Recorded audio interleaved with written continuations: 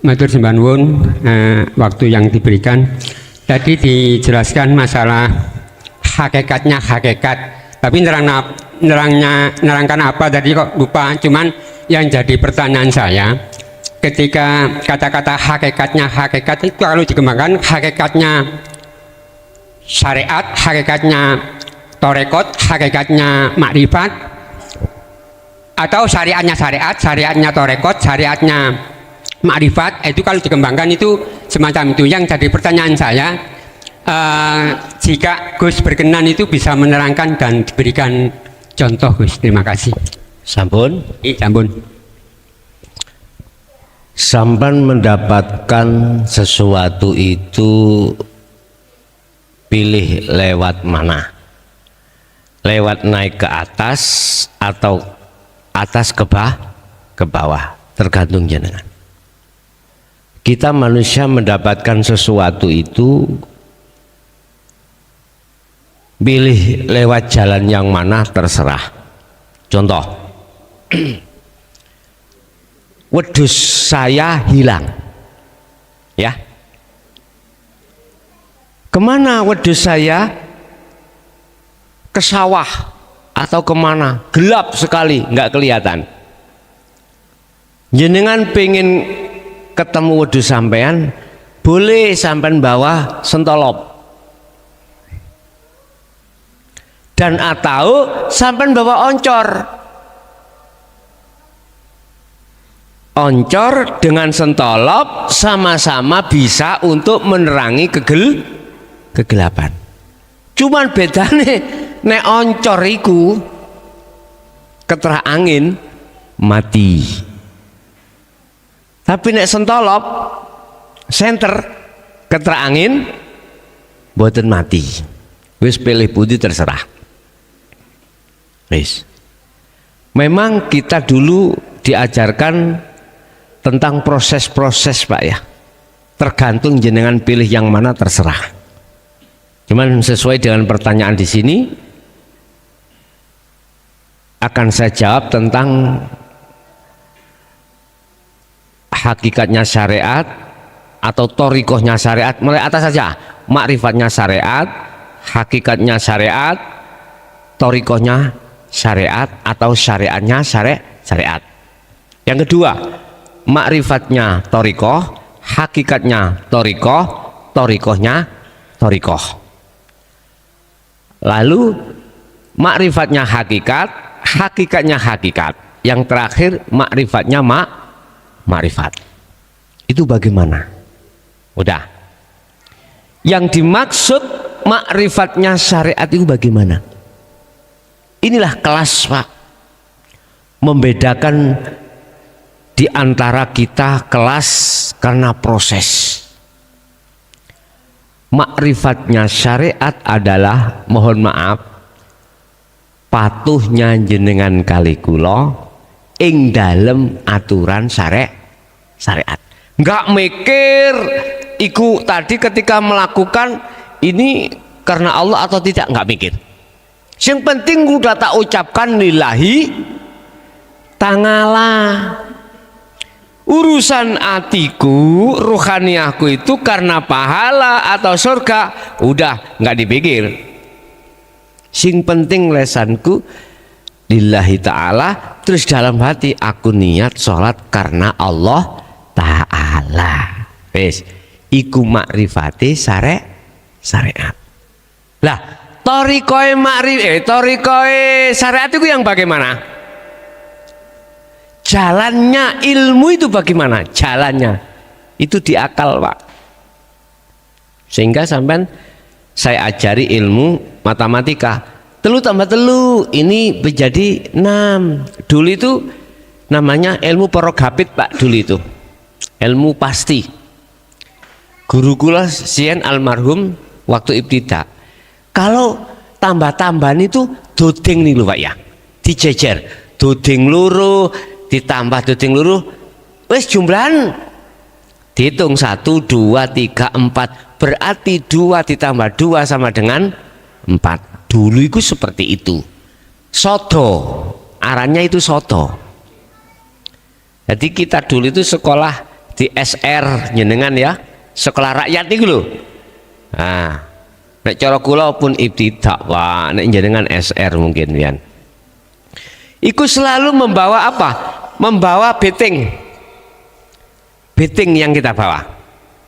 Artinya betting itu nanti kalau kita masuk pada ilmu pasti. Kalau sekarang namanya ilmu matematika. Lah, thoriqohnya syariat adalah ilmu. Lewat ilmu itu digenahkan, akhirnya akal bisa menerima dan memahami.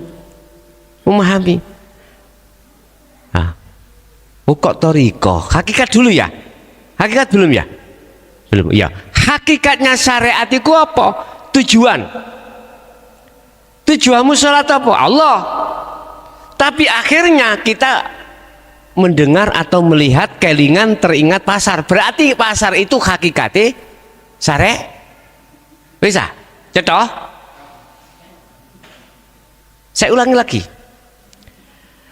Hakikatnya syariat itu adalah tujuan kita bersyariat. Syariatnya kita contoh sholat aja lewis. Kita ribut sholat aja dulu. Biar nanti kita mendandani sholat. Tujuan kamu sholat menyembah Allah, bos, menyembah. Di situ dikatakan ini wajhatu wajhiya lilladzi fataras samawati wal ard. Doa iftitah ya. Ku arahkan wajahku wajahnya hidup yang menguasai jagat langit dan bumi dan sebagainya. Tetapi fakta di lapangan, hakikat syariat kita itu tadi, yang melihat pasar ya pasar, melihat bojo ya bojo, melihat anak ya anak, dan seterusnya. Gak mungkin Pak teng mriku itu bisa ke Allah, nggak mungkin. Jelas? Yes, iki fakta di lapangan saya katakan. Karena apa? Sehingga Allah katakan fawailul lil musallin alladzina hum an sholatihim sahun. Jelas wis. Dulu itu Pak, guru saya ngaji itu kalau memaknai fawailul itu adalah neraka wel. Kalau adem itu nemen ademe, kalau panas luar biasa panasnya daripada neraka yang lain. Itu jarene dulu. Nah, ternyata neraka wel atau kerusakan itu bagi orang yang sholat lalai. Fawailul lil musallin. Siapa yang sholatnya itu yang rusak, yang akan diberikan Allah kerusakan. Alladzina hum an sholatihim sahun, yaitu orang yang sholatnya dalam keadaan lalai pada Allah. Nah ini kalau dibuka di dalam hikam, dibuka di dalam tafsir muhakamah, sahun niki tidak seperti apa yang ku katakan tadi. Dikatakan sahun lalai itu gini Pak, sudah waktunya gak cepet-cepet sholat sampai kehabisan waktu. Kalau masuk di ranah wilayah hakikat tambah nemen Pak, di dalam sholat pun manakala lalai juga begitu. Ini hakikatnya sholat kita secara syariat menyembah berhala. Wis muring-muring. Berupa apa berhala kita? Berupa selain Allah. Ini dari sudut kacamata hakikat, bukan syariat. Lalu thoriqohnya syariat bagaimana? Jalan akal ini Pak. Akal ini dipergunakan oleh nafsu sebagai lintasan untuk membisiki nafsu supaya untuk membisiki ruh untuk beriman selain Allah. Contoh hujan sangat lebat, petir menyambar, ada satu pohon kita tahu depan kita disambar petir sampah gosong pecah. Ada ya Pak ya? Nah, nafsu lewat akal itu membisikkan terhadap ruh kita. Kal ngomong yo nangoni roh yang membelah pohon itu adalah petir. Oke, kita urai. Pohon dan petir khalik apa makhluk? Makhluk. Akal mesti ngomong, kalau tidak ada petir yang menyambar nggak mungkin pohon akal masuk Pak nggih? Itu diterima oleh ruh kita, akhirnya percaya. Nah ini ingat, akal dijadikan nafsu sebagai jalan untuk membisikkan ruhaniah kita supaya tidak beriman kepada Sang Yang Tunggal. Alladzi yuwaswisu fi sudurin nas minal jin nati wan nas. Mana jinnya, mana nasnya? Oke, umpama kula tegel ngomong, tahu tegel nggih? Mentolo ngene, ngeten. Jin dijadikan oleh nafsu sebagai alat untuk membisikkan dada kita. Alladzi isinya nafsu dikembangkan iblis, yuwaswisu fi sudurin nas, mereka membisikkan terhadap di dalam dada kita, maksudnya hati, ruh ini. Lah, nafsu membisikkan terhadap ruhaniah kita lewat apa? Jalan apa? Minal jinnati wan nas. Saiki minal jin. Iki empun ditelok sare anek saenku sampean gebukan kok. Kami delok hakikat ya. Ngeten. Jin, mengapa di situ ada keterangan korin? Tadi kan saya katakan nafsu menjadikan akal sebagai jalan. Langun tadi untuk membisikkan terhadap ruh supaya beriman terhadap selain Allah. Arti jin, mohon maaf, boleh tak maknani hembusan apa yang dihembus oleh nafsu dalam dada kita lewat akal itu. Iki kegoiban, makanya saya katakan jin kegoiban. Nek kalau yang kedua, nafsu membisikkan lewat nas manusia, kasar iki Pak, kasar. Secara kasar, contoh tadi si A ngomong si B, si A, kamu saya kasih tahu ya, pohon itu terbelahnya karena dibelah oleh petir. Saya kasih iman, saya doktrin si B saya doktrin percaya. Iku sama halnya si B itu telah dibisiki nafsu lewat minan nas. Saya berarti yakin nasiki. Inilah namanya setan berwajah manusia. Tadi setan berwajah jin di situ Pak. Lah, ini fakta di lapangan semua teringgapi Pak. Bah santri, bah kiai, bah apapun teringgapi semuanya. Kecuali lihat di dalam surat Al-Hijr ayat 39 sampai 40.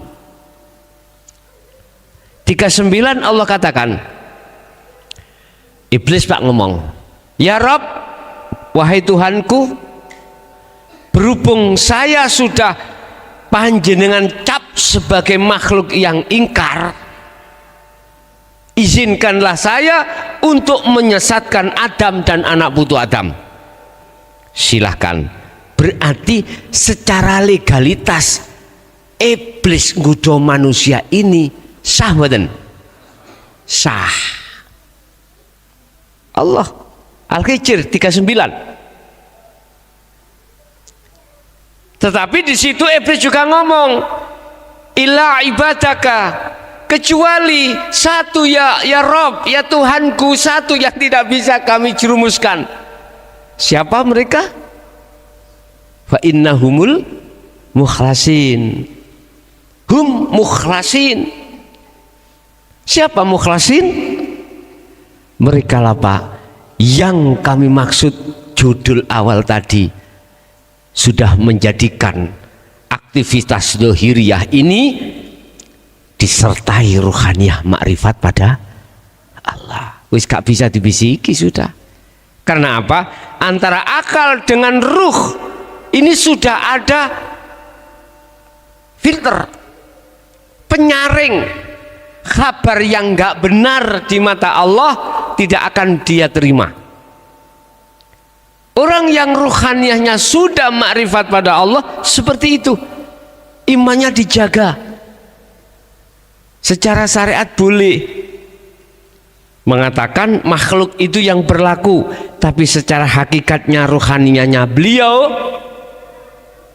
itu tidak seperti itu.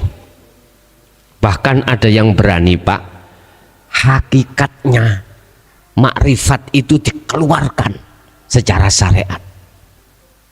Ana al-haq la fi jubati illallah. Sejarah al-halat seperti itu. Kebenaran yang ada di dalam dituangkan di dohir yang tidak memakai bahasa syariat, langsung bahasa makrifat. Ana al-haq, saya adalah Allah. La fi jubati, tidak ada di dalam jubah saya, kelambi baju saya di dalamnya enggak ada illallah, kecuali Allah. Ayo, apa enggak seperti wak lili dikasih garam Pak ini jadinya?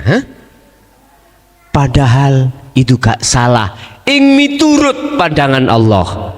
Karena apa? Al-halat ketika mengatakan itu dirinya sudah tidak ada. Terus yang berkata itu siapa?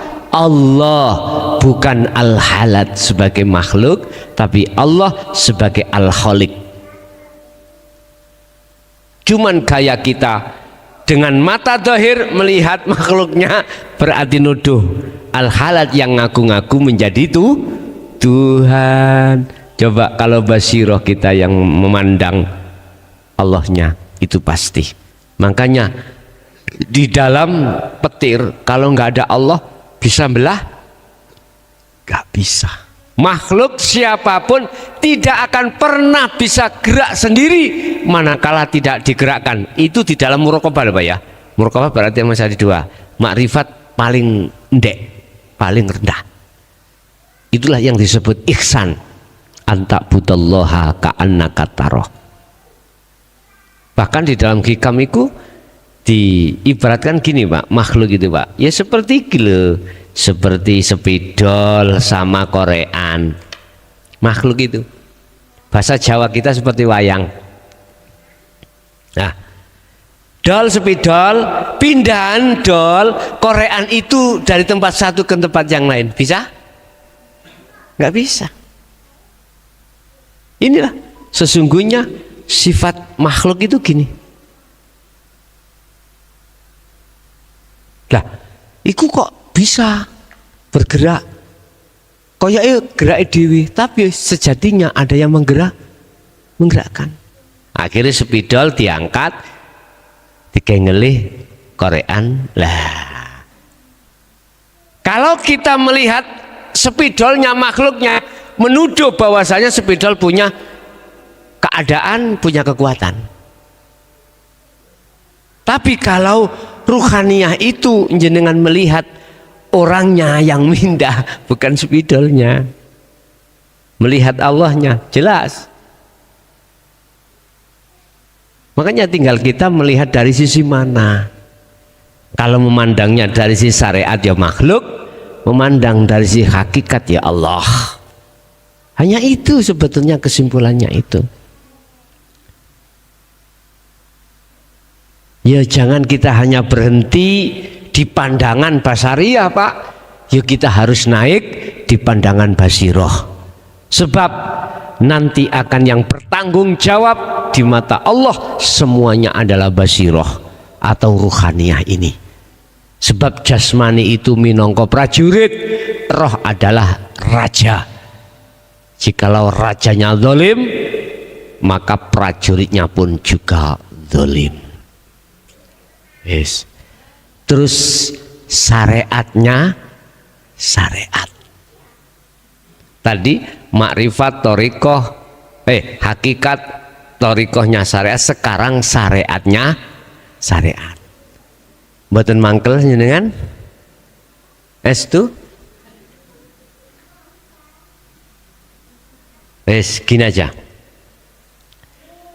Saya punya buah nangka, Pak. Buah nangka saya letakkan di piring. Kalau biasanya di musim hujan, buah nangka itu banyak setnya, Pak, atau jambu. Kelihatannya bagus, tapi ketika dibuka busuk. Saya letakkan piring, saya kasihkan jenengan. Jenengan bilang apa? Ya wis gak usah dinamakan. Itulah sebetulnya kulitnya kulit, syariatnya orang syariat, syariatnya orang syariat. Laksana seperti ini, siapapun jenengan gak mungkin mau menerima. Sebetulnya itu, tapi tidak merasa. Yukhadi'una Allah walladzina amanu wa ma yakhta'una illa anfusahum wa ma yas'urun. Lihat, banyak di antara golongan orang-orang yang memungsui Allah, walladzina amanu, dan memungsui orang-orang yang beriman pada Allah, tapi dia sebetulnya tidak merasa kalau itu memungsui dirinya sendiri. Jadi kula maringi jenengan, kasih jenengan buah yang berset-set tadi, sama halnya nampek nang wajah saya sendiri. Naik ke thariqah. Apa makrifati thariqah? Mohon maaf, Pak, inilah yang ku maksud jenengan makrifat dek-dekan dalam taraf nama. Makrifat kita di thariqah itu sebatas nama, sehingga sampai kapanpun nama itu harus dikumandangkan. Allah, Allah, Allahu, Allah, gitu lah. Tapi itu memang pembelajaran, proses kita untuk bisa selalu ingat pada Allah. Ya jangan diketawain dulu, jangan dipaido dulu. Paido itu bahasa Indonesia, Pak. Jangan diomelin dulu, karena itu proses. Biarlah itu nanti sampai pada marifatnya. Makanya oleh karenanya, tolong jenengan kalau berthariqah hanya memegang sir, lekas. Anda harus membawa sirul asrar, itu endingnya. Hakikatnya thariqah kita itu, Pak, ya, masih bermakrifat Allah sebatas nama. Thariqahnya thariqah kita masih jalan di tempat. Jalan tempat ini. Apa tujuan kita? Wusul pada Allah. Tetapi kita tidak bisa wusul pada Allah, itu berarti kita masih jalan di tempat. Yes. Terus selanjutnya mari thariqah, terus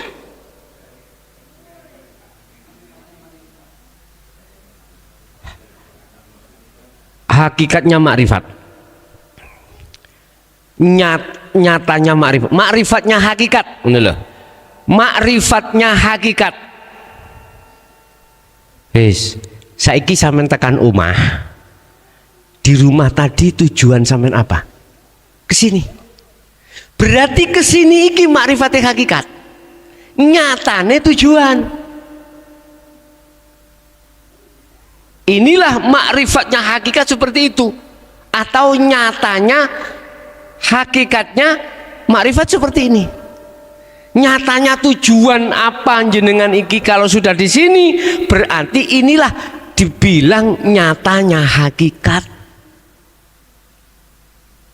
Makrifatnya hakikat. Nah, hakikatnya hakikat bagaimana? Hakikatnya hakikat jenengan kali kula ini nyun sewu, memang tujuan sampean mau ke sini di tengah dalan sudah biasa Pak, jenengan kali kula niki kadang ada yang mengalihkan, entah dari istri, anak, suami atau teman. Kata nanti ya, anu kate budal ngaji, nyata, ayo ngopi dulu, ayo ngopi. Kadang-kadang seperti itu. Akhirnya hakikatnya hakikat itu terkendala dengan itu. Berarti masih di dalam proses perjalanan. Kalau sudah sampai pada tempat, berarti itulah makrifatnya hakikat atau nyatanya hakikat. Wis, makrifatnya makrifat. Ya ini Pak. Udah wis, habis. Wa ma arsalna min qablika mir rasulin illa nuhi ilaihi annahu la ilaha illa ana fa'budun. Al-Anbiya 25. Muhammad, aku tidak akan mengutus utusan sebelummu termasuk dirimu jikalau tidak mau membawa ayat ini. Inilah wahyu yang tertinggi, inti dari segala wahyu. Apa? La ilaha illa ana, tidak ada Tuhan kecuali aku. Terangno Muhammad, jelasno nang umatmu. Maka dengan dasar surat Al-Anbiya ayat 25 inilah Pak, mengapa saya sampai malam hari ini tidak henti-hentinya menyerukan saudara saya untuk merevolusi iman. Jujur Pak, mulai tahun 2000 saya Pak ya, tahun-tahun yang paling kritis bagi saya ketika saat menyampaikan itu bertemu di tahun 2007. Sungguh namanya cacian itu Pak, mohon maaf, makian, hinaan, bahkan saya mendapatkan titel Al-Majnun, dan titel itu saya dapatkan dari figur tokoh agama. Loh, sungguh. Dan itu tidak menjadikan saya berhenti. Muhammad, aku tahu dadamu sempit karena umatmu itu menolaknya, bahkan mencaci apa ajaranmu. Tapi kembalilah padaku. Yang membuat itu siapa? Antengnya saya akhirnya di situ Pak. Jadi saya nggak repot-repot. Siapapun yang mau dan tidak mau, saya tidak merepotkan diri. Apa-apa. Tapi ingat, semuanya itu konsekuensi ditanggung masing-masing. Betul. Nabi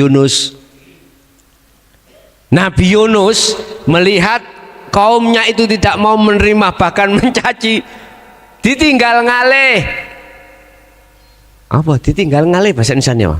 Ditinggal pergi sambil gerutu, ya Allah, kasih adab terhadap kaumku yang tidak mau menerima ajaranmu ya Allah. Beres, tak ngutus utusanku malaikat tak kon mudun, tak kon menghancurkan. Akibat daripada itu si Yunus akhirnya dihukum Allah. Nabi Yunus dihukum Allah. Bahasa syariat iku dilek iwak, ditelan iwak besar.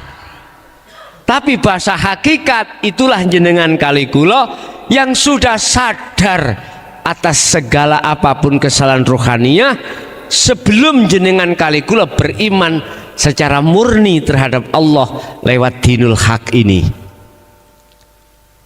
Nabi Yunus ketika di dalam perut nggak ingin keluar, Pak.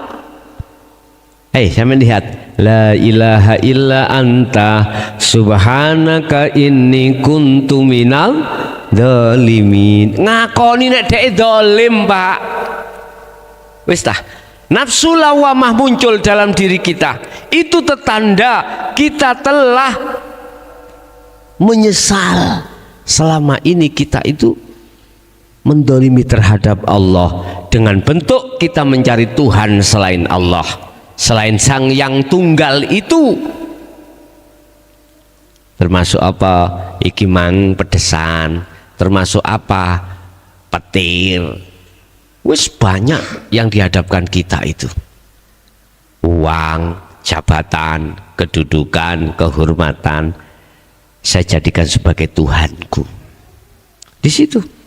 Karena aku percaya karena ini semuanya itu akan jadi beres. Padahal Allah sudah katakan la haula wala quwata illa billah. Yes. Oke. Masih ada di majelis?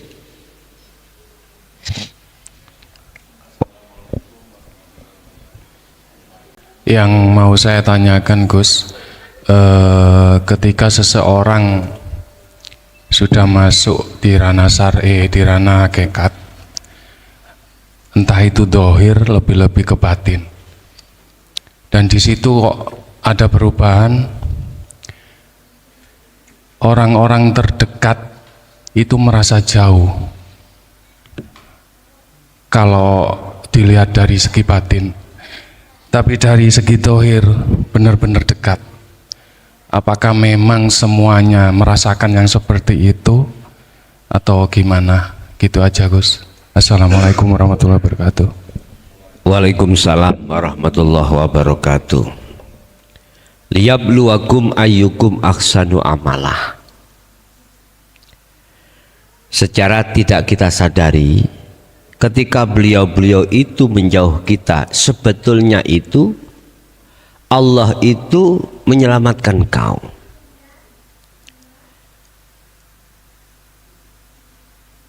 Itu akan menjadi ahsanu amalah, manakala ahsanu amali apa? Nilai bagus di mata Allah kalau jenengan tidak melihat makhluknya, melihat Allahnya. Terus akhirnya punya pengertian apa? Anda akan merasa, oh iya, aku diselamatkan Allah. Diselamatkan Allah saya dari pengaruh-pengaruh nafsu yang dibisikkan lewat manusia orang dekat-dekat itu. Yun sewu, Pak, sama ngerti paku, Pak? Tahu nggih? Paku saya letakkan di atas papan. Saya paku, tek, tapi gak bengkong, diteruskan gak? Terus. Artinya ketika sampai kekeh iman kita sampai kuat, Allah pasti kasih ujian yang menurut menungso lain berat, tapi bagi jenengan tidak. Apa maksudnya? Biar paku ini tambah kuat, mancap gak mudah dijebol oleh nafsu. Iman kita biar tidak dirusak oleh nafsu, tidak mudah dirusak. Inna akramakum indallahi. Tapi ketika saat paku diduduk bengkong, paku nih sampai teruskan enggak, cabut di bawang. Paling tidak tukangnya sakno ya dikenceng namanya ya. Habis itu gimana ya caranya itu nanti gak bengkong? Dipegangi dengan tang, dicokot dengan tang. Ya Allah, Pak. Makanya saya setiap bulan Ramadan mesti saya kasih kesempatan pada jamaah yang datang BIMTEK di pondok. Pak, Ibu, sampean rene iki kesini ngaji ini nekat. Siapa sampean itu nanti tambah melarat? Siapa nanti jenengan iki cepat mati? Mau nggak? Kalau mau ayo ngaji. Kalau nggak mau pulang aja. Aku nggak kepingin menjadi induk ayam ngengkremi telur akhirnya gak jadi, percuma. Seperti kemarin berapa ribu itu aku sampai gak bisa metu aku. Itu salah teknis bahasa syariat. Mesti ini panitia nyene gak ada panitia nih, kabeh panitia yo. Jadi lain kali itu gini mak, salaman kene metu terus kene liwat kene gitu mesti kok tabrakan kok ngarep kamburi. Saya teringat ketika saat tahun 2006 Pak, ketika tawaf itu wong badanku lah kecil toh, jadi gak usah melaku dewi. Di tawaf itu ya, tawaf kita di Ka'bah, orang kiri kanan kita orang besar-besar, kita Indonesia orang sak cipret-cipret ya. Jadi hati melaku dewi ya, seperti itu. Ya Allah ya Karim. Jadi Pak, empun heran kalau Anda sudah imannya fastaqomu ngukuhno ditutuk luwih get. Tapi ingat, tutukane iki maksudnya jenengan tambah kuat. Kalau Anda takut dengan apa ujian yang dihadapkan Allah itu nanti udah gak usah ngaji Pak, mulai hai ya gitu. Ya Allah ya Karim. Jadi daripada yang namanya telur 20 nggak jadi semuanya, mending satu tapi jadi ayam, akhirnya disebut anak ayam. Jangan khawatir Anda, ketika Anda dinggremi siapapun yang mendekat pasti dikabluk, gak kadek gak. Artinya kalau hatimu sudah ada keinginan bertemu Allah, jangan khawatir pada Allah, pasti dijaga. Surat Al-Ankabut ayat 5. Siapapun hambaku yang ingin bertemu Allah, maka Allah berjanji akan mendatangkan waktu untuk pertemuan itu. Nah, ini bentuk menjaga. Kalau sudah menjadi anak ayam, gak kira Pak kita itu terus ditinggalkan induk ayam, gak kira. Siapa yang ingin mendekat karangan ular, mesti ditaruhkan nyawanya si induk ayam. Iya. Ketika Anda berkholwat Pak, seperti ayam, kun kal ayam walatakun kal bebek. Ya, jadi yo sira koyok dene petik, ojo koyok bebek. Bebek iku mari ngendok wis gak tanggung jawab. Jarno dadi anak apa gak ngereken, mari ngono golek lanangan. Petik enggak Pak, kalau sudah bertelur dia angkremi, dia menjauhkan diri dari laki-laki, juga dia menjauhkan diri dari makanan. Riyadhah. Makanya enggak pernah ketemu Pak PT angkrem lemu gak tumon. Ayo sampean mendekat apa nek dikabluk mengkorok gini. Artinya kita Pak ya, kalau kita sudah kholwat ya, tolong sekali lagi saya katakan tolong. Kalau kita berbicara tentang puasa, puasalah sebab dengan puasa itu akan mengurangi nafsu dalam diri Anda.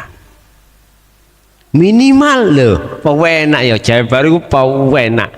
Minimal 36 satu hari, yaitu bertemu yang namanya poso weton. Ayo sama nangone torikoh kono kadang lah 40 dino poso terus. Oh enak lah, karena ruhaninya. Tapi bila mana jenengan pengen biriadoh dikencengi dikuati nggak apa-apa. Selama kholwat jenengan iku nggak makan. Artinya makanlah Anda ketika Anda lapar, tidurlah Anda ketika Anda ngantuk. Satu sisi hatimu terus berzikir pada Allah.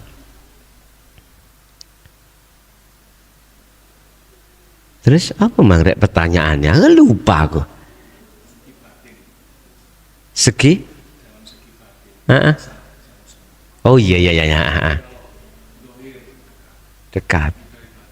Oh itu berarti segi batin. Mengapa mereka itu jauh? Karena imannya tidak sama, Pak. Tidak sama. Mereka beriman terhadap selain Allah. Kan cuman gini dok, perbedaannya kan di sini. Nek jenengan iku ani budullah was tanibut taghut. Anda imannya pada Allah, di sisi lain ruhaniyah Anda meninggalkan tauhid selain Allah. Sedangkan mereka kebalik.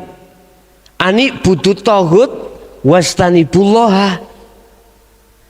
Mereka imannya itu, menghadapnya itu tidak pada Allah hidup, tapi terhadap tauhid mati. Karena itulah sehingga menjauh. Jelas Anda merasa jauh. Jangan jauh-jauh.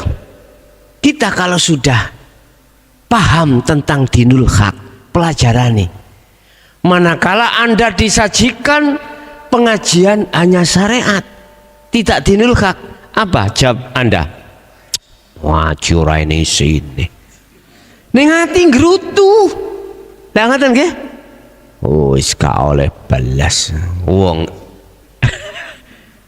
udah nggak apa-apa, itu proses. Nanti kalau sudah sampai pada makrifatnya makrifat, Anda akan pasti diberikan jawaban langsung di tengah-tengah syariat. Bagi mereka makannya syariat.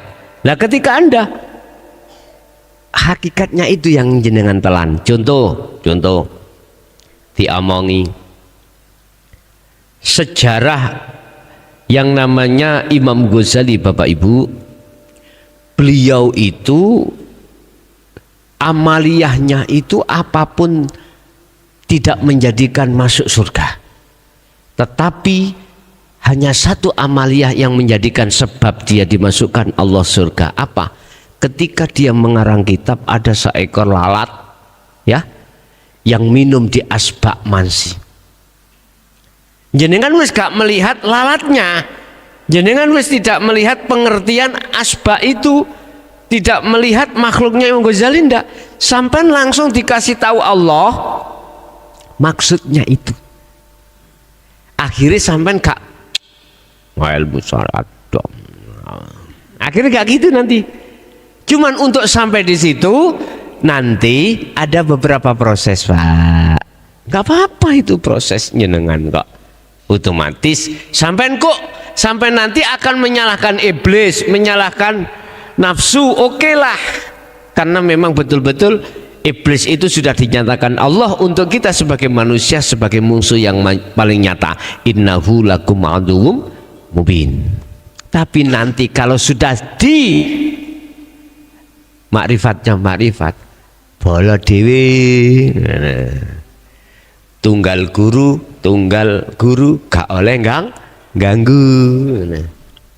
Tunggal bos teman, Pak, akhirnya Tidak menganggap sampean itu iblis atau nafsu itu mungsuh, ndak udah. Karena jenengan tahu yang merintah iblis siapa, merintah nafsu siapa, sehingga sampean masuk keluar plek iblis plek. Nek wis teman jadi teman, wis gak kira digudo ameniku. Sampai digoda itu, kita digoda itu karena bukan teman, bukan teman, mungsuh, mungsuh. Kalau mungsuh sampai kapanpun ya sakit hati terus, sakit hati terus. Kalau teman enggak, karena tidak ada rasa takut, mereka itu teman. Kalau musuh ada rasa takut, sama dengan gini Pak ya. Nanti atau kapan sampai di depan rumah itu, misalkan depan rumah sampean itu lalu lalang orang entah kemana itu, kalau subuh coba sampean wedeni wong melaku itu san pakai pakaian putih-putih, kalau dia takut lari sampean suka enggak? Suka. Sampean suka pasti besok kapan ingin lagi. Tapi kalau yang sampean pedeni membawa bata, ya antem nih sampean, besok sampean ulangi? Ndak mungkin. Nggak mungkin sampean. Sama Pak Iblis iku nek wis dadi bolo, iku kan barang wedi sampean. Oleh wedi iku sebab duduk bolo alias mungsuh, baru takut. Mungsuh.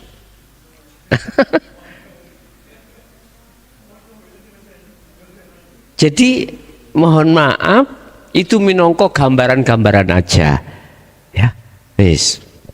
Mengapa kok menjauh? Karena memang beda iman Pak.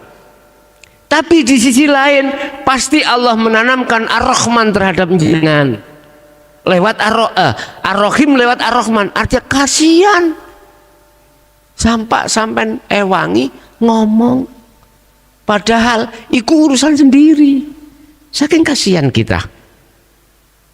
Tapi ya itu, di lapangan ada dua kelompok, ada yang menerima, ada yang menolak, ya hanya itu. Jadi secara otomatis iman itu Pak ya menjauh. Oke, ada lagi Pak? Monggo. Waalaikumsalam warahmatullahi wabarakatuh. La ilaha illa ana. Tapi di sini disertai dengan iman. Di ana itu sendiri ini ada bila kalamin, bila saurin, dan bila itu, sehingga di dalam ana itu kan ada bila suarin, bila kalamin, bila gitu Agus. Oh gitu. Ya, nah di situ antara ana dan bila itu tadi, sehingga di dalam sini itu seperti antara saya dengan Gus ini. Jadi di dalam sini ya ana itu gitu. Nah itu bagaimana itu penjelasannya Gus? Nggih. Assalamualaikum warahmatullahi wabarakatuh. Waalaikumsalam warahmatullahi wabarakatuh. Ditegaskan di dalam surah Al-Hadid ayat 3 itu bahwasanya hidup itu ada di awal, di akhir. Ketika kita mengatakan awal akhir berarti seakan-akan Allah butuh tempat dan Allah bertempat, berarti tempat itu masih muncul. Wadzahiru wal batin juga begitu, di dalam dan di luar saya, antara saya dengan jenengan ini. Nah, kalau masih ada muncul zahir dan batin, itu berarti kita masih menganggap Allah itu butuh tempat dan bertempat. Padahal bila suarin wa kalamin dan apapun, Namanya tunggal, ahad itu tanpa itulah. Terus bagaimana mensinkronkan maksud daripada ini? Ngeten Pak. Apapun alasannya, mau tidak mau harus mau. Anak ini makrifatnya makrifat. Sehingga nama-nama awal akhir tempat tadi sudah tidak ada kalau sudah di situ. Sudah saya katakan, coba Pak, kita asalnya ada atau tidak ada? Tidak ada toh? Oke, tidak ada.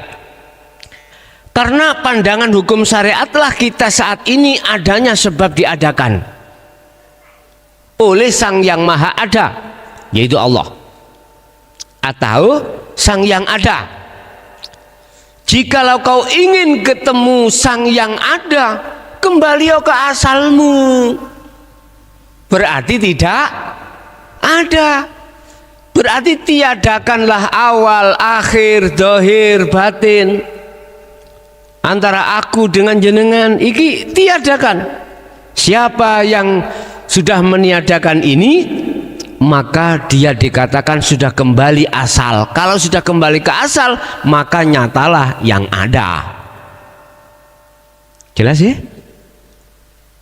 Saya ulangi, kita asalnya tidak ada. Kalau kita ingin tahu siapa yang ada sebetulnya, harus kembali kepada asal.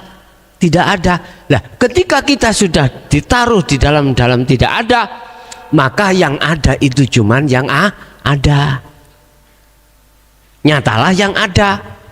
Terus yang melihat yang ada itu siapa? Ya yang ada. Berhubung kita kembali kepada tidak ada, maka bukan kita yang melihat Allah. Gus bingung aku Gus. Bah, gak ngereken.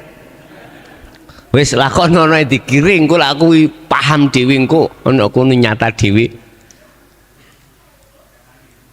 Jadi untuk mensinkronkan bila suarin wa kalamin dan lafdin, atau yang kami sebut sebagai awal akhir zahir batin, itu nanti memang betul-betul sudah tidak ada sebetulnya di dalam diri, maka itu tadi mau tidak mau harus mau udah kembali tidak ada, hanya itu.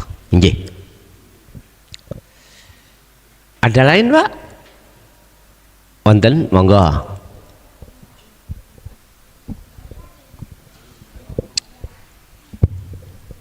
Assalamualaikum warahmatullahi wabarakatuh. Waalaikumsalam warahmatullahi wabarakatuh.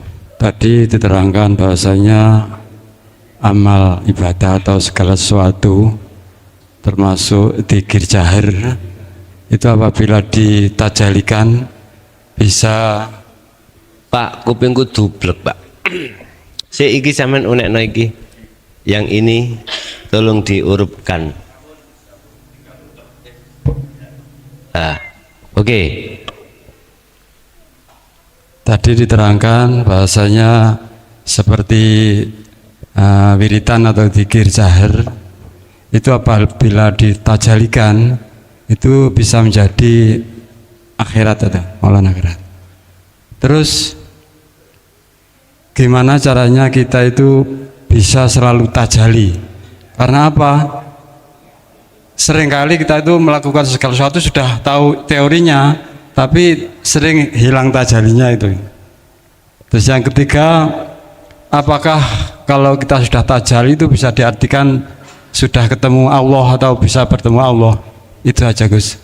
Assalamualaikum warahmatullahi wabarakatuh. Waalaikumsalam warahmatullahi wabarakatuh. Memang apapun perilaku, kejadian, baik ucapan apapun tindakan dhahiriyah, itu semata-mata datangnya dari Allah Pak. La haula, tidak ada situasi apapun, wala quwata, lan kekuatan apapun, illa billah. Akan tetapi di situ mengapa banyak manusia hanya di lisan tidak di hati? Itulah Pak bentuk manusia itu sebetulnya banyak yang ingkar, munafik pada Allah. Sehingga lewat acara pada malam hari ini, mengapa saya memilih judul jadikanlah laku dohir dadi batin supaya bisa makrifat. Jadikanlah duniamu menjadi akhiratmu. Itulah perilaku af'aliyah yang ada pada diri kita, itu kita tajalikan. Terus bagaimana selanjutnya untuk bertajali terus? Yo kita harus diletakkan di makom maksum.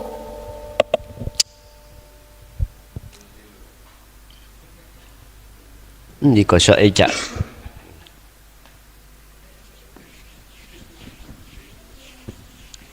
Makom makrifat Allah itu kan ada 3, Pak. Kekasih Allah itu ada 3 tingkat.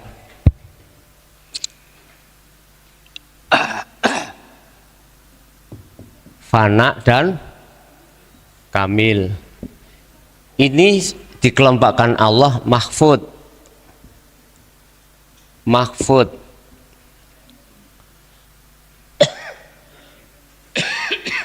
Yang kedua adalah bako.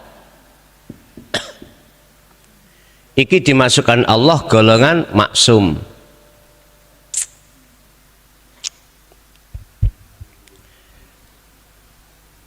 Tadi di awal sudah saya jelaskan, jikalau kita makrifatnya itu pada Allah di golongan fana, banyak tidak makrifatnya.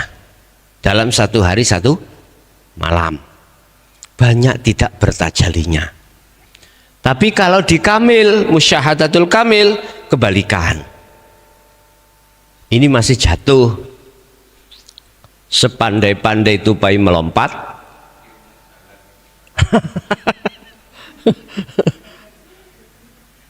kecuali yang fakok jenengan wau kan tanyanya bagaimana terus tajali. Ya harus ditaruh di dalam kekasih golongan bakok. Bakok ini mana nih kekal tau. Inilah dimasukkan Allah maksum. Baik tidurnya, terjaganya, ruhaniyah selalu tajali Allah. Gus gak gendeng asyik nek ana gunung kok. Misale apakah perilaku dohir ini nanti enggak rusak? Nah, enggak, Pak. Sifat papat wis sudah sifat wajib Rasul ya. Aku seket iki ya. Sifat wajib Rasul sudah diletakkan Allah di stempel. Sidik, fatona, tablek, amanah. Di situ. Kalau sudah ada di bako kekal, artinya kemakrifatan mutlak, kemakrifatan kekal. Lah, terus bisanya ke situ bagaimana? Secara teori saya ngomong birriyadati wal adhkar.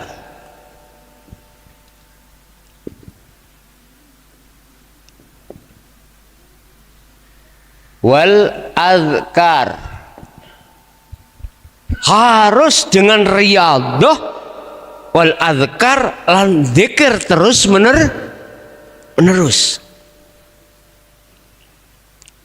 Oke, sampean kalau tahu pernah jadi pedagang, tahu biasanya pedagang itu punya cetek-cetek loh, Pak. Ngitung barang mlebu cetek. Apa itu namanya nih? Pekel, oke. Nggih, kula niku nek nggo tasbih engko gak enak ambek kanca. Dikira wong alim ae. Misale betul niku untuk mensinkronkan nafas berzikir. Lah sing kula maksud dzikir iki sing dimaksud iki adalah dzikir sirul asrar sampai puncak fanaud dzikri. Didorong dengan dzikir sir. Silakan. Secara teori seperti itu. Makanya mengapa diturunkan Allah dalam surat Al-Insan 25-26. Pagi sampai sore, malam, pagi terus. Muhammad dzikir terus. Kak kober mangan lah. Terus sapa kak kober mangan? Wong napasmu ya keluar masuk terus kok. Begitu. Kadang-kadang kita itu memangnya sebelum melakukan wis sambat dulu. Iso kira-kira.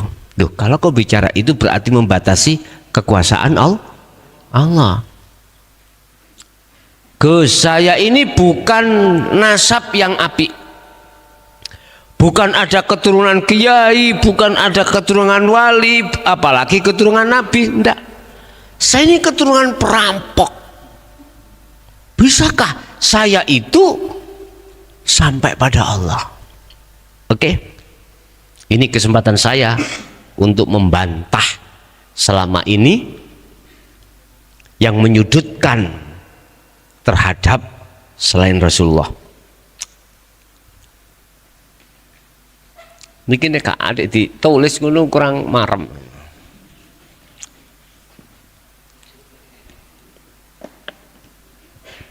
Ya Pak.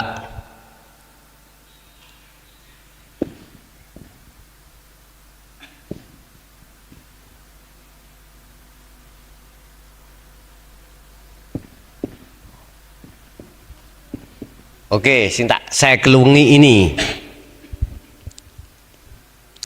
Dialah maha suci.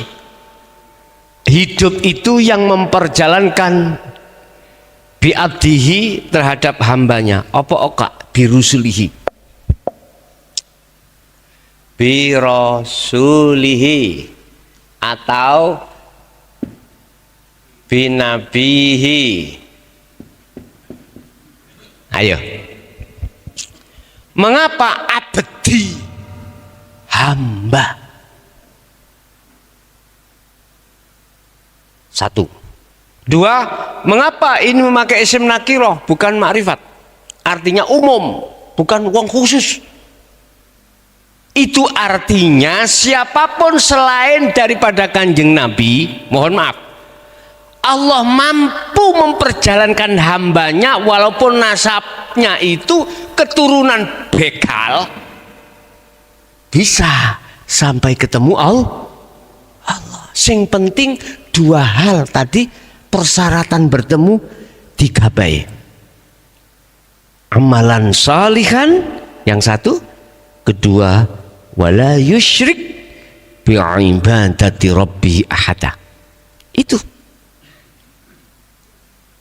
Walaupun jenengan keturunan darah biru, darah hijau, apa darah sing api-api, darah putih,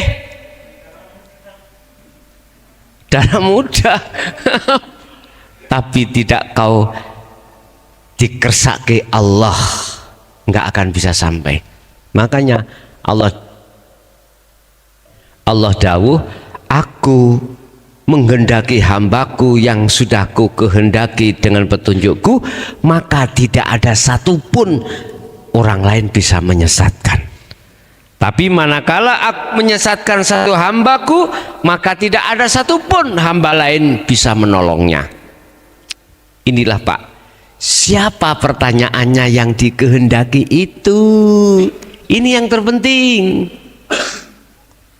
Karena kalau itu bi'abdi hamba, kita hamba mboten Pak? Rasulullah hamba mboten? Hamba. Pertama, ketika ajaran Allah tentang inti daripada wahyunya la ilaha illa ana itu disampaikan dan hatimu merespon, itulah pertama hamba yang dikehendaki. Ayo terus no, mesti Allah akan buka lebar itu jalan kefahaman, buka itu jalan lebar pengamalan. Anda pasti akan mengerti ini yang hak, ini yang batil. mana yang hak dan batil, mana yang harus jenengan dahulukan dan mana yang tidak. Mesti sampai mentingno laku jero katimbang laku njaba. Itu pasti, Bun. Bukan berarti lantas laku njaba sing apik ditinggal, ya ndak, tidak selamanya seperti itu. Yang jelas jenengan iku mentingkan laku ruhaniyah, yaitu makrifat pada Allah. Begitu. Paham Pak nggih? Terus nek pancen sudah diletakkan pingin tajali terus, ya kudu harus di bako atau maksum. Terus pertanyaan yang terakhir tadi apa? Lupa aku. Makrifat. Betul Pak. Apa sih tajalli itu? Oke. Kita bahas dulu taholli. Taholli. Apa taholli?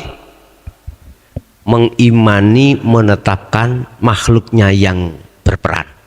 Contoh, ning atiku aku merasa diriku hamba yang bertausiah. Iki berarti taholli. Ini kelakuane atine sopo? Ya golongan kita yang masih mengenal syariat saja. Seperti itu. Makanya saya katakan wa minan nasi mayyaqulu amanna billah. Oke. Lanjut, proses kedua adalah tahalli.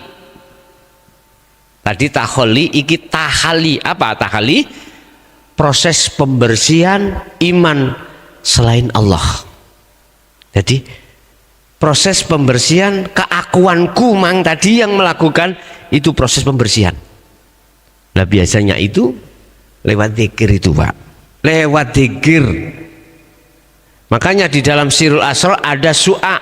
Su'a itu masih ada dua, ini diproses, dibersihkan.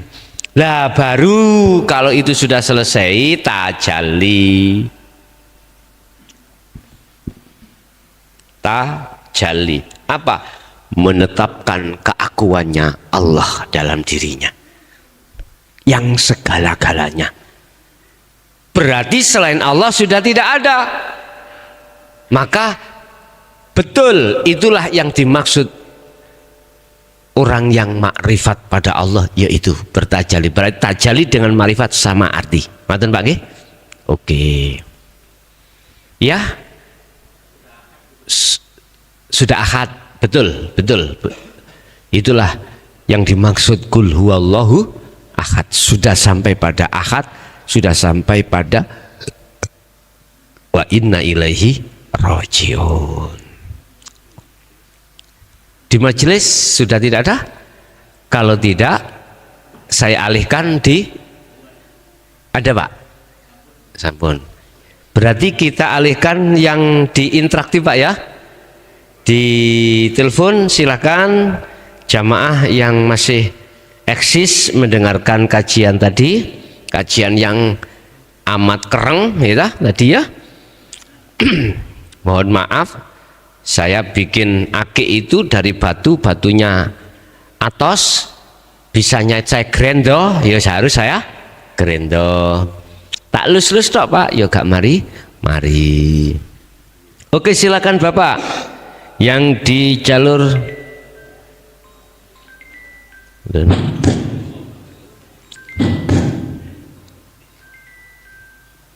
apa? Jalur di nomor 082 Pak.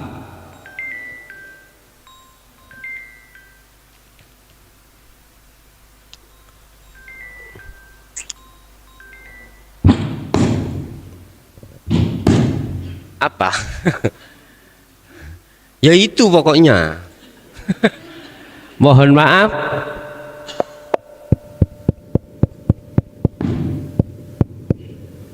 Mohon maaf Pak, kalau nilfon di jalur 082 bukan 85. 082 141 295 309. Bukan di jalur 0856, bukan 082. Silakan di 082.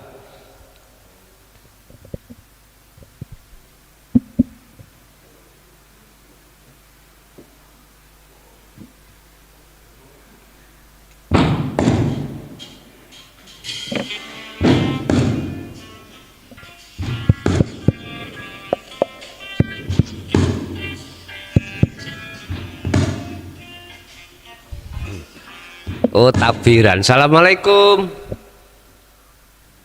Halo.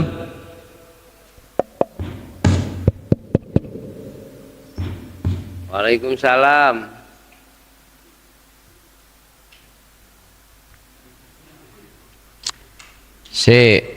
Waalaikumsalam, Pak. Bentar. Halo. Wis lewati kiawe. Halo, Pak.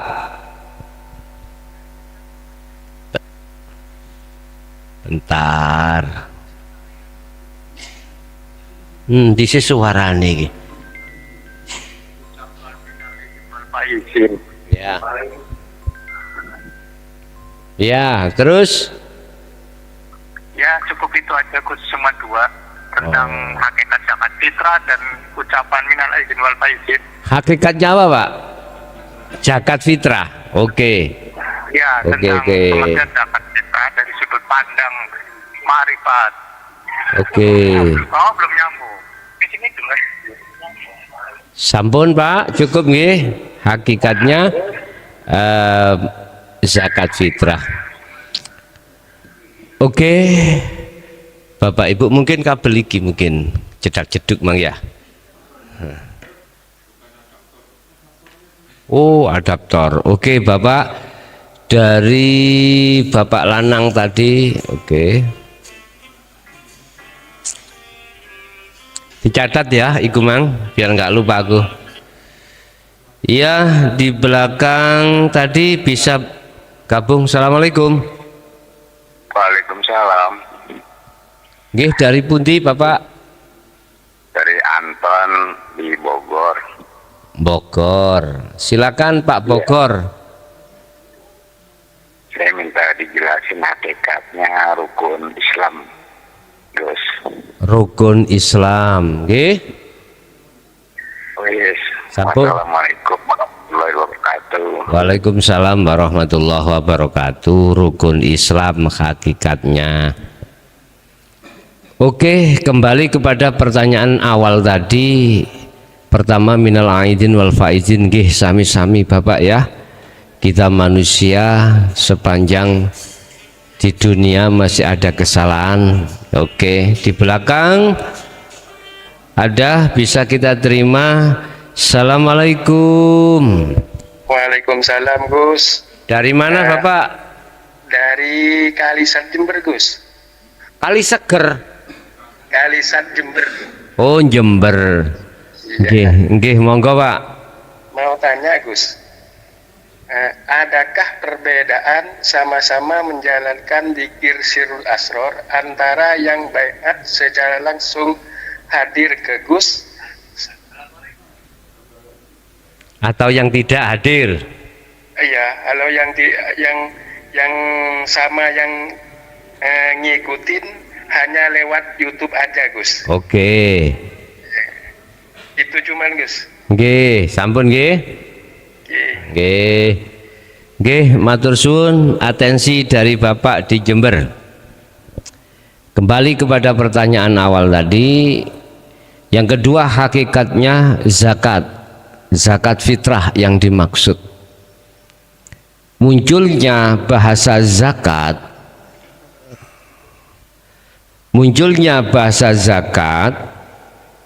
itu karena di situ ada sesuatu ilat, penyakit. Apa penyakit ini? Tidak sama dengan penyakitnya jasmani, tapi penyakitnya rohani. Mengeluarkan keakuan kita atau mengeluarkan iman selain Allah di dalam dada, itulah sebetulnya pembersihan. Oke.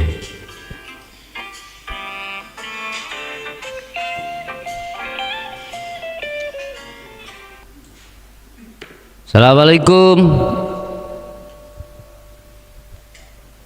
Pak Slamet, nggih sik Pak Slamet rewel iki gak gelem mlebu. Sik sekedap Pak Slamet nggih.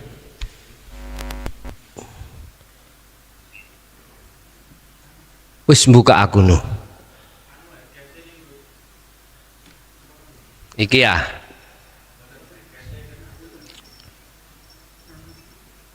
Wis tak bolongi wisan.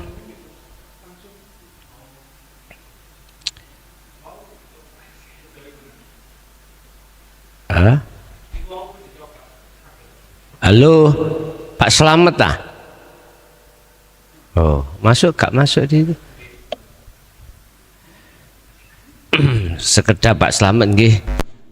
Sabar. Ngapunten Gus. Oh iya nggih. Nggih. Halo. Halo. Nggih. Sing ditanyaaken Pak Slamet. Nggih. Nggih. Kurang mancep iki Mang. Mancepe kurang kurang klek. Guyu, menjoko ini. Nggih. Ngereng. Sebentar Pak Slamet nggih. Halo Pak. Halo. Nggih, halo. Ah. Halo Gus. Sip nggih. Nggih langsung Pak. Putus Gus nggih. Nggih sampun niki pun penak. Kulo balani kontak malih Gus. Ngapunten. Nggih. Halo. Halo. Halo. Iya. Ndak nyambung Gus. Halo. Coba ngene cek nyambung. Nggih Pak nggih. Sekedap Pak Slamet. Nek niki mesti nyambung. Halo. Oke, nggih Gus. Pun nyambung. Ya, nggih niki wau ngeten Gus, kula Rebo kali Kamis sowanten dalem jenengan sowanten Jawa Tengah kula ngapunten minal aidin wal faidin Gus. Nggih sami-sami Pak, nggih. Nggih, terus ngeten Gus, kula niki saniki nan kula ati kula miring Gus, mukhlason dan kula niki nggih pertengahan niku enten siri kopi Gus. Nggih. Hubungan kali rakyat kula nih Gus, rakyat kula doselai. Ngapunten dan niki kula badhe nglampahi malih tiron kula benjang niku Gus, mlampah malih kula nyuwun pangestune Gus. Dadi mboten putus ngoten Mas Gus. Nggih Pak, nggih. Nggih, nyuwun pangestune saestu Gus niku kula nggih. Mboten wonten criyos napa-napa, mugi-mugi kula nyuwun pangestune kula tak lampahi saestu wonten Gus maksud kula niki. Nggih. Nggih. Kalian nyuwun saran napa econe Gus pertentangan napa sing badhe kula adepi Gus. Ngoten nggih sampun. Nggih, sampun Gus. Assalamualaikum warahmatullahi wabarakatuh. Waalaikumsalam warahmatullahi wabarakatuh. Untuk jalur telepon tak tutup sebentar, masih banyak yang ditanyakan, kami selesaikan terlebih dahulu. Saran untuk jenengan gak ono maneh apa? Faqadis lamsaka bil urwatil wuthqa lam fisamalaha. Pegang teguh tali Allah itu yang erat. Sebab dengan memegang teguh itulah tidak mudah ruhnya jatuh di dalam pangkuan nafsu dan dirimu. Apa tali yang dimaksud adalah adzikru bisiril asrar. Terus sak mampu di dalam dirimu, sak mampunya kumandangkan zikir sirul asrar. Oke. Untuk pertanyaan berikutnya tadi terkait masalah zakat, itu hakikatnya kita membersihkan keakuan atau iman di dalam diri kita dari perkara-perkara yang disebut tauhid dalam Al-Quran itu, ya. Jadi selain Allah hapuskan. Untuk selanjutnya masalah baiat, apakah langsung dengan tidak langsung alias di dalam YouTube itu sama mutunya? Sama Pak, sama yang di Jember tadi ya, sama. Karena sesungguhnya yang baiat itu bukan makhluk, bukan. Bisa apa makhluk? Spidol dengan Korean disuruh mindah bisa enggak? Nggak bisa. Di dalam diri saya hidup itu siapa? Tanpa Allah apa mungkin lesan saya itu atau cocot saya bisa ngomong? Nggak bisa. Lagi di YouTube muncul suara, gambar, tanpa Allah hidup bisa nggak? Bisa. Hah? Tanpa Allah. Berarti tinggal kita memandang siapanya. Kalau memandang hidupnya, baik yang ada di YouTube maupun pada diri saya, hanya Allah, hidup yang sejati itulah, maka nggak ada bedanya, Pak. Nggak ada bedanya. Mungkin saya maklumi di dunia thariqah memang begitu. Beat harus ketemu guru mursyid, orangnya. Tapi mohon maaf, saya nasihati siapapun kita merasa jadi mursyid, kok merasa kita yang membeat, itu ingatlah kebodohan ruhaniyah kita pada Allah. Ya, saya katakan kalau kita merasa yang membeat terhadap orang lain, ingat itu kebodohan ruhaniyah kita pada Allah. Sebab sesungguhnya yang berhak membeat itu hanyalah Allah. Nyelkite Kang, iya nyene, saya itu ngeluruskan ya, meluruskan yang sebenarnya biar umat ini tidak ditipu terus, biar umat ini biar tidak diumet-umet nononggone kasaf terus. Kemarin kalau nggak salah kami membahas pasal 51 ya di kitab Hikam. Latar hal, janganlah kau pindah alam makhluk ke alam makhluk, jangan. Artinya iman kita dari makhluk ke makhluk, jangan. Akhirnya apa? Pindahlah alam makhluk ke alam kholik. Ini maksudnya. Artinya apa? Mohon maaf, kita jangan muter-muter seperti khimar ngumeti gilingan gandum. Kita jangan berjalan di tempat. Kita harus sampai pada Allah.